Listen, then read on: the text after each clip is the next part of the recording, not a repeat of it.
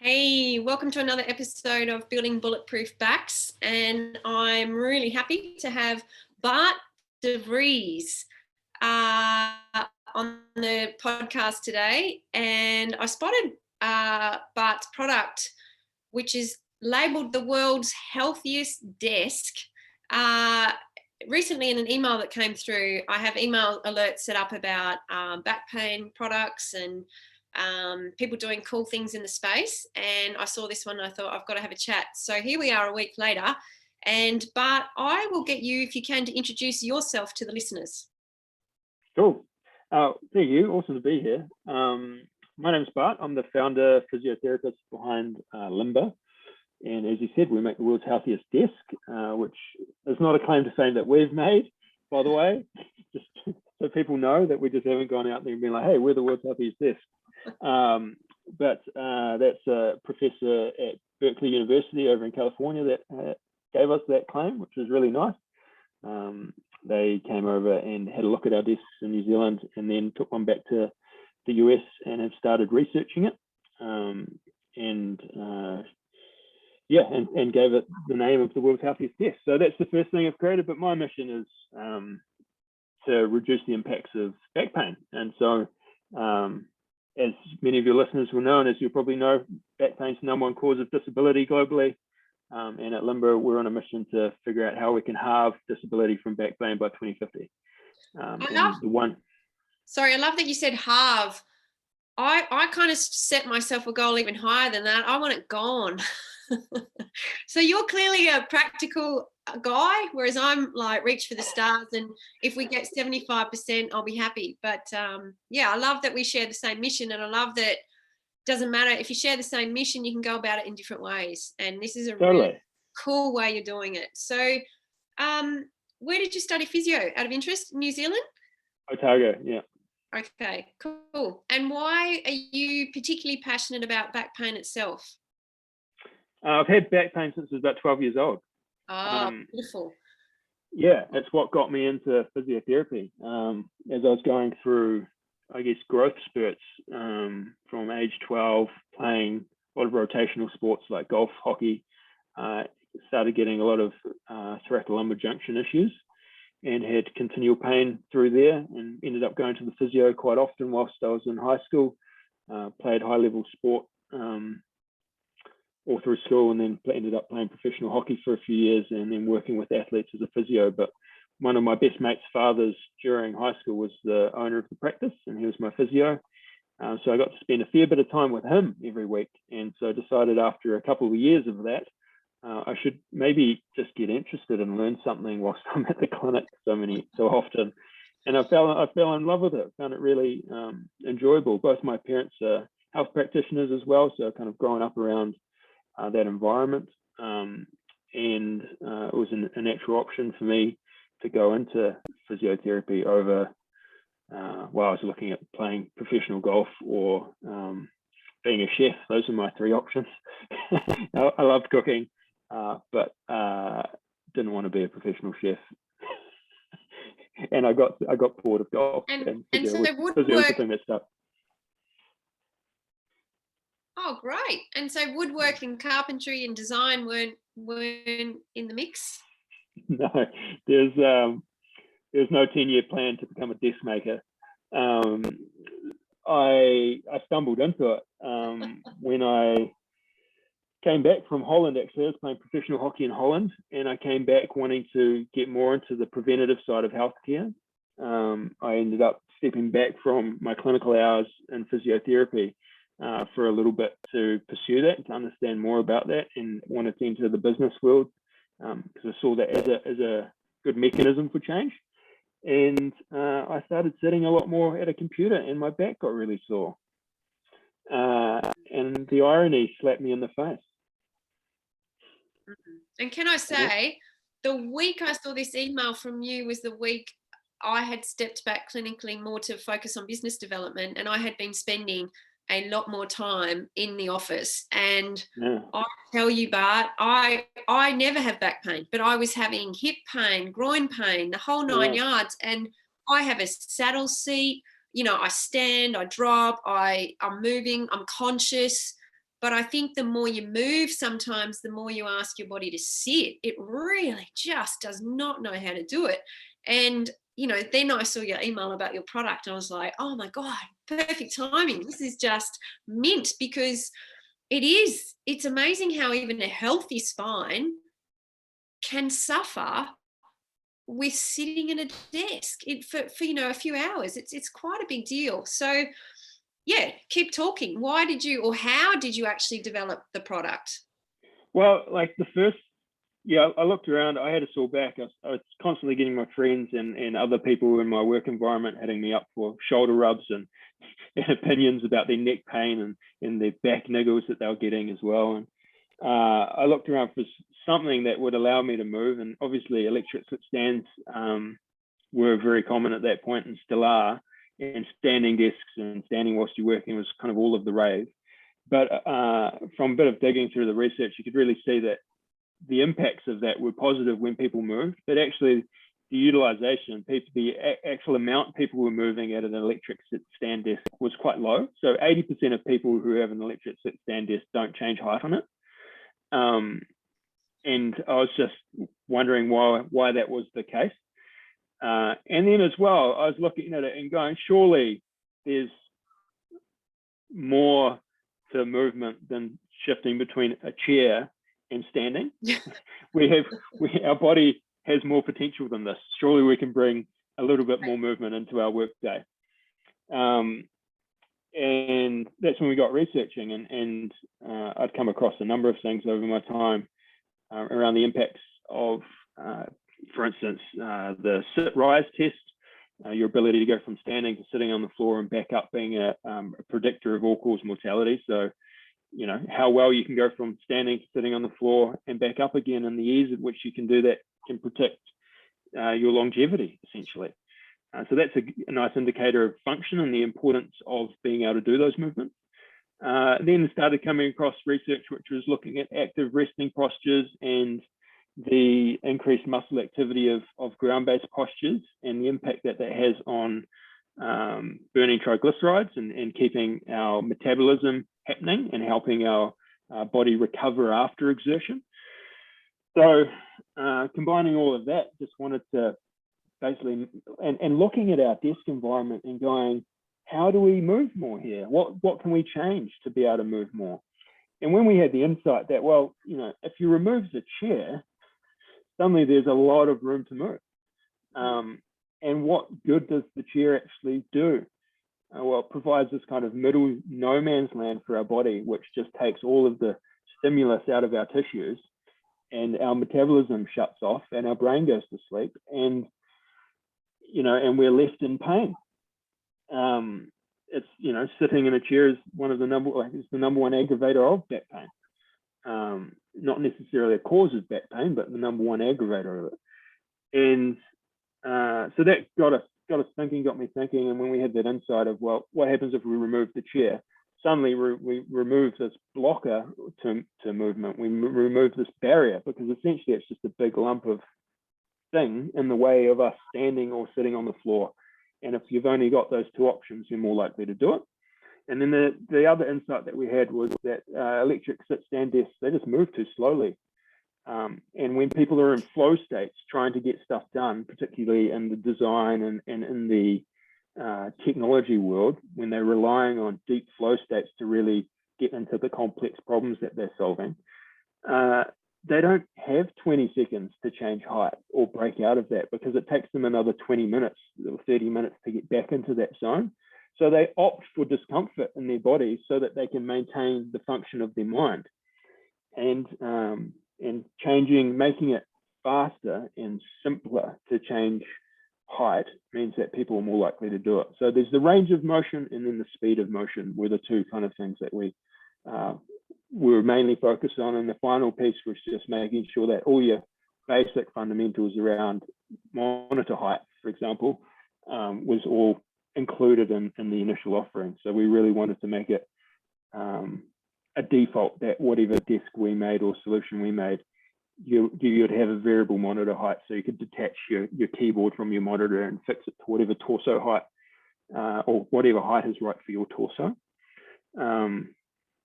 And And then the fourth was just keeping it beautiful, getting rid of all of the cables and all of the crap that people have on their desks, and awesome. making it sustainably. Making it sustainably, yeah. It looks it not only looks good, it looks like you've ticked every box that you set out to tick. And I know you're sitting at one right now, so can you do a quick spin and just show us what yours looks like? Now, you've got the bigger version, but there's also, I saw on the website, a mini, which I really love the look of. Yeah, so there is, we've just launched a mini. I'll get this stuff all. Now, podcast listeners, probably you're not going to have the visual on this, but remember, this is on YouTube as well, so you can flick on the YouTube recording. I've got a light attached to my laptop. So here I am down on the floor. Yep. Are your shoes off, by the way? Are you barefoot as well? Because that'll just tick every box in my mind. I'm in my socks. Because as you were talking about the chair, being a big handbrake to spinal movement, and I couldn't help but think, like the shoe, the average rigid shoe is for foot motion. It's almost the same idea, isn't it? So, yeah. There's a guy. Thought I'd throw that in. Great, I'm glad. Yeah, totally. There's a guy who I like, Philip Beach. I don't know if you've heard of him. He's an osteopath, I guess you could call him. He wrote a book, which is all about movement and movement, different ways of thinking about movement. And he calls shoes sensory deprivation chambers. Yes, which I like. And it's kind of like the same thing with the chair. It just deprives you of sensory input. So I'm down here on the ground, and this is my monitor. It's attached at a nice height for me. And does your monitor just rest on another little outcrop from that back zone, does it? No, it's attached directly to it. So there's different mounting systems that most monitors have, and we've just created a mounting system so that the monitor itself sits directly onto the desk, and you can change it to whatever height you want. Okay. But from here, I can literally use a finger, and it will bring it up to standing at a faster rate than I can stand. Wow. So by the time you're up, the desk is already up as well. Wow, and that's if I bring this down, that's very slick. All it takes is a tilt and a drop, and you're back down, and you're on the ground. Right. And I also noticed on your email, you've actually got a heap of pictures of alternate sitting postures at the base, which I think Katie Bowman's got a poster with 101 different ways to sit on the floor, which opens up that whole possibility for hip motion, fascial stimulation, hydration of different tissues, different neural slides. So do you tend to find yourself going for the same old 3 or 4, or are you intentionally combining the sitting with different options? No, I think like anyone, you form your favorites, and for me, those are like 90-90. So if I bring you down here, so having one leg, where are you? There, one leg out in front, one leg out the back. I find that this is pretty much my main go-to, because from there you've actually got a lot of options, and also having one hand on the ground, bringing your shoulder girdle and connecting that with your pelvis actually becomes quite important as well, and you can really start to move around and bring your upper body into it. And then from there, you can just switch around into cross-legged sitting quite easily. You can have one leg out in front. You can switch to the other side. From there, you can kind of roll over into kneeling. You start circulating through a number of postures. And the whole point here is the best posture is the next posture. Like you want to create an environment where you've got postural diversity. You can start to move when you feel like you need to move, because our body gives us all of the signals that all of the signals we need. Like we don't need an app for this. Before we know it, we'll feel it. And if we have an environment that allows for that movement, then it'll naturally occur. And if it naturally occurs, we don't have to think about it. And that's the key part in my mind when we're designing products, is trying to create an environment where movement is the default, where healthy behaviors are the default. We don't have to constantly go out of our way to make healthy decisions and be a strong, healthy human every time there's something good to do, that we can just live our life and do the things we enjoy. And our environment is set up in a way which is facilitating these good things in our life. Yeah, exactly. The environment does dictate how we move a lot.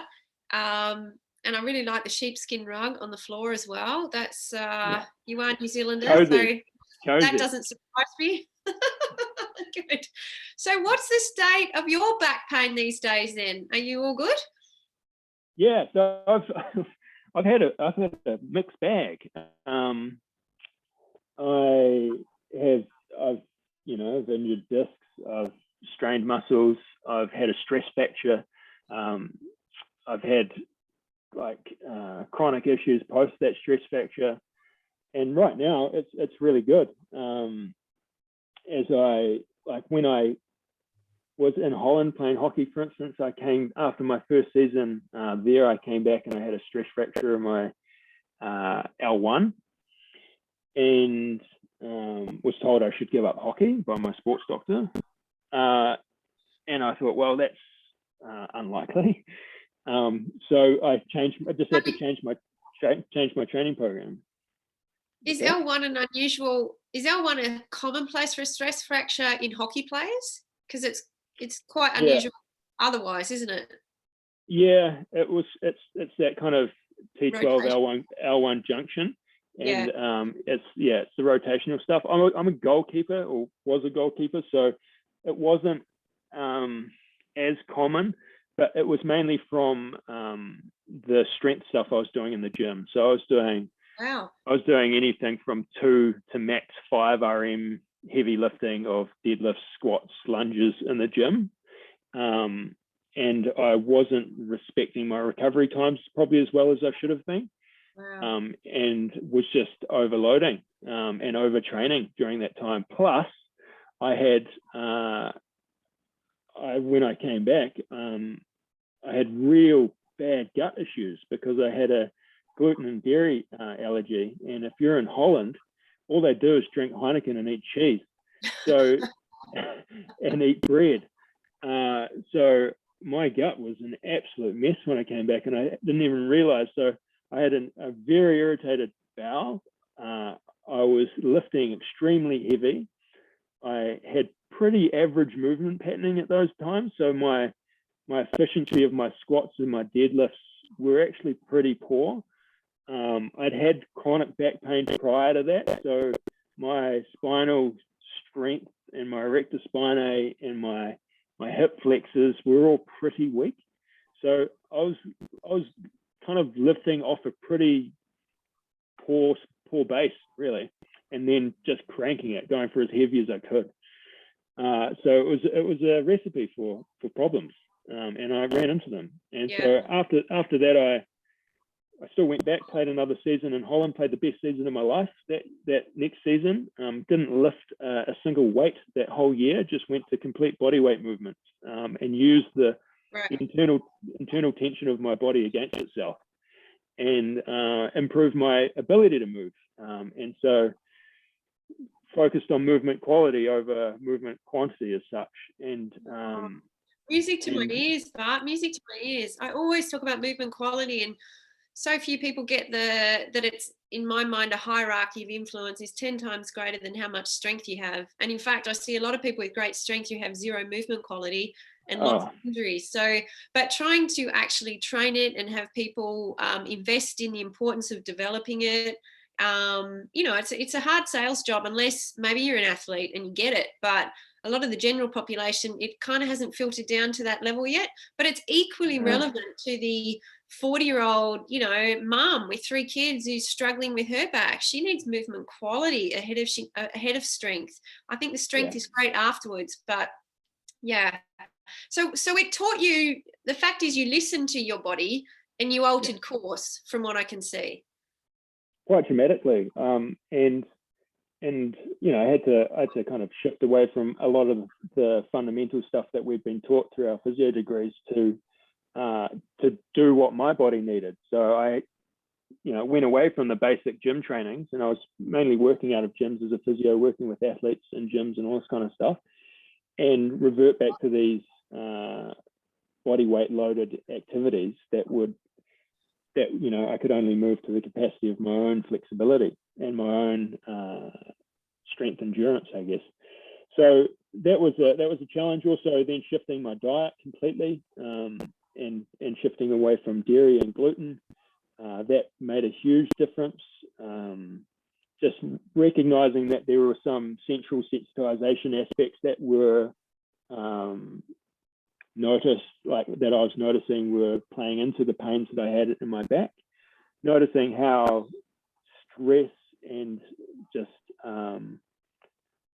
load in my life more broadly. So looking at workload stresses and sleep and the lack of sleep, and how that was impacting my gut and then impacting my ability to move. So when I started going to bed earlier at 10 o'clock at night and getting into a better routine and sleeping longer, a lot of my issues resolved quite quickly as well. So there's so a what whole I'm hearing is myriad. you took a very multi-dimensional approach. Some of it was mindset, some of it was nutrition, some of it was movement, some of it was sleep, and I honestly think with anything that's a little bit chronic in our bodies, it's not a quick one thing's going to fix everything. You do have to step back and put all those lifestyle factors and take that holistic approach. And I think sometimes when people get stuck in the cycle, it's because they're being too narrow in their focus. All of the focus is on the body, and that's what I see in chronic back pain is this, laser-like focus that the body is responsible for all the pain. And yes, that's where it's manifesting, but the triggers can be so diverse, and stepping back and looking at the whole picture is usually the pathway out. Totally. I love Peter O'Sullivan's work around this. Yeah. And his He's in my state. Aren't we lucky? Is it? Yeah, exactly. You are lucky.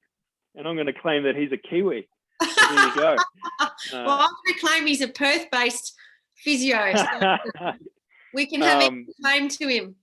Yeah, exactly. I think that his contribution around functional behavioural therapy, and looking at all of the kind of attributes that help us determine how we move, and the ways that we can change that. I think that when I read some of his work, it definitely landed home for both my experience, but also the more longer-term, chronic, long-term back patients that I see and treat. It starts to tie it in nicely. Yeah, he's actually got some great YouTube videos. I might just put them in the show note links for listeners too, because Peter's a physio in Perth who really is challenging, not in a bad way. It's kind of common. I find his approach very common sense, and it's certainly the same as mine. But some physios find it a little bit confronting. Some patients find it a little bit confronting. But he's certainly just shifting the perspective and the paradigm and removing fear of movement and helping people see 100%. The language health professionals use has created some of the problems that people have. And admittedly, he was one of the people that caused most of these problems through his research around the core. And, and him coming out in 2013 and saying, look, I've got it wrong. It really pissed a lot of people off. And I think one of the articles, maybe the show link to, is his the 10 facts everyone should know about back pain. Yes, that's the one I was thinking of. Great. It's a fantastic article. And it's changed my approach, not just that article, but his understanding. One of the things I needed to do for my back is return extension range of motion. Particularly at my T12L1 level, there seemed to be kind of like an underlying discogenic contributor to that pain. And when I improved my extension, my pain would dissipate. And if I lost extension for any particular reason, I'd wake up with pain in the morning. And returning extension is something that, is such an easy thing to do generally, bend back more often, and has been shown to reduce the likelihood of getting back pain. increase the speed of recovery if you do get back pain, and is one of the most common treatments for back pain.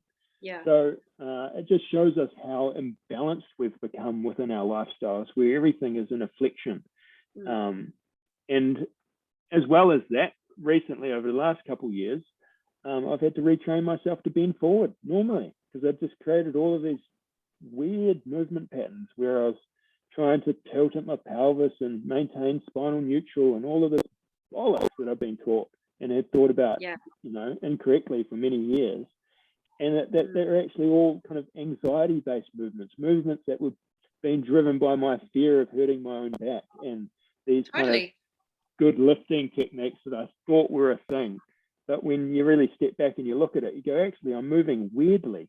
I'm not moving naturally how my spine would naturally move. I'm moving in a way because I'm worried about it. And the spine is so robust and so strong. And when you start getting... I think timing comes into that, like when you're in an acute phase of an injury, it may be useful to learn how to isolate one section and move other parts, but that's a short period of time. And then when things heal, the system needs to be integrated again. And I actually think Pilates sometimes reinforces that for way too long in people's ideas about neutral. We don't move for all day. We're in and out of neutral, but I can see the value in it for a window of time. And I think that's just where people get a little bit confused about the messaging. And we have to be careful. We do. As health practitioners, we really need to be. We have to be so careful with our language. And when I went back into the clinic after taking some time off and researching a lot more into back pain, coming across Peter O'Sullivan's stuff and a number of other things, just realize, or Paul Butler's work, the NOI group around graded exposure and all of their work with language and framing of language, just realizing all of the language I was using and potentially how harmful that could be if people were taking it the wrong way, and shifting it to when someone comes in to see me for a back pain, ruling out red flags, ruling out anything serious, and then looking at what is really causing this, teaching them about the inflammatory process and what to expect over the first few days, and what the general processes that they'll go through, and framing their early recovery and the amount of movement that they do in a really positive way. So allowing them to just rest when you need to and move when you feel comfortable. Choose these movements that don't aggravate your pain. Maybe do less of the ones that do aggravate it for just a little bit of time. For a short term, we'll get past that. And then as soon as they're over that initial inflammatory process, getting them confident about their back, going, your back is so incredibly strong and robust. It's just had a little minor upset and you're going to get back there no problem. And it's made to move in all directions. It loves it. In fact, we want to get it moving in all directions. But these things take a little bit of time to heal. It's just like if you scab your knuckle, your knuckle and your skin takes a little bit of time to heal. Backs are strong, your back will be fine. You're all good. Keep going. Love it. And so this leads me to final two questions. What are your top 3 tips for someone who's stuck in stubborn back pain? Sounds to me like certainly movement, which has been your own experience, but I'll let you answer the question. I won't answer it for you. Feel free to. I ask you a question and answer it for you. You go. Yeah, get it. I think if it's persistent back pain, if it's long-term chronic pain, and you're not convinced that you can see that when you do a certain movement it gets worse or better, I think thinking a little bit more broadly about your pain and what else might influence, and looking at your sleep and looking at your diet, looking at your hydration, looking at the amount of inflammatory foods and drinks, alcohol and fatty foods and sugar that you might be putting into your diet, understanding that level of things to see what impact, if you change anything there, will have on your pain. That would be one thing, thinking broader. Then I think seeing what impact movement in your general work environment would be, because if you're spending time not moving in a particular situation for 8 to 10 hours a day, then that's not really good for anyone. And it's not just our back pains or our backs that kind of bear the brunt of that. It's a lot of our body that bears the brunt of that. And I think the other one is extension. Like it's not always the answer, but it's often the answer. Is bringing people back into extension and really getting full range of motion into extension. So bending backwards more often and further, getting that full range of motion. Because if you've had the most common source of back pain, which is a flexion related injury, which might be at the disc or at the joints, for instance, it's extension bending backwards which will solve that. And often we just don't go through the full range, and we never ever regain full range. We get to a point where the back pain mostly goes away, or it does go away for a bit, and then it gets stirred up every 6 months or so. And if we go through a pattern of really getting full range of motion into extension, then we can often solve it for a lot longer. Yeah, I think that's beautiful. And I certainly see, which listeners will have heard me bang on about this, but the amount of spinal extension we can access is dictated by where our pelvis sits on our feet. And if our pelvis is not centered on our base for support, you can feel a limit in your extension. So I think that's just a little side thing to add on top of what you're saying, is that whenever you're trying to access spinal extension in standing or weight bearing, if your pelvis is too far back in your heels, it's going to compress. If it's too far forward in your toes, there's going to be an impurity in the extension. But if that pelvis is centered with equal pressure in all four parts, front and rear foot, left and right foot in balance, then you've got more ability to access a more pure extension. And that's the bit we don't talk about sometimes with retraining extension. So yeah. I 100% agree with you. I think our like we said, the environment calls us to be more flexion based. And what you're saying is balance that, yeah. like we're more sagittal plane based, flexion extension. Not much of us are doing our lateral motions or rotations unless we're golfers or hockey players or even swimmers. So yeah, it's about balancing, isn't it? The range of spinal motions that we access. Yeah, and I think the pelvis thing, I think people will start to realize or feel that when they start doing a bunch of them. So I would say to people, just do lots of them and see what it feels like in your body, and play with the position of your pelvis. Yes. And play with, doing it in slightly different ways, bent one way, bending backwards, going back the other way, seeing how it feels through all different directions. Because, but just do some, Yeah, totally. Do some and let your body guide you as to where your pelvis needs to be for you to get the most out of the movement, because those internal signals are our guide, totally, aren't they? And people have forgotten that. They kind of trust what a physio says rather than what their own body's telling them. So that's a core messaging as well. And finally, when I say bulletproof back, what does that look like to you? I think to me it is a back that's happy moving. And comfortable moving, and it's a person who has no anxiety around their movements in their back. So I think just having confidence to move your back is a bulletproof back, and also recognizing that if it does get sore from something that you've done, it's okay. 90% of these back pains settle down. 1% of these, less than 1% of these back pains are actually serious. It's very, very rare that there's something nasty happening.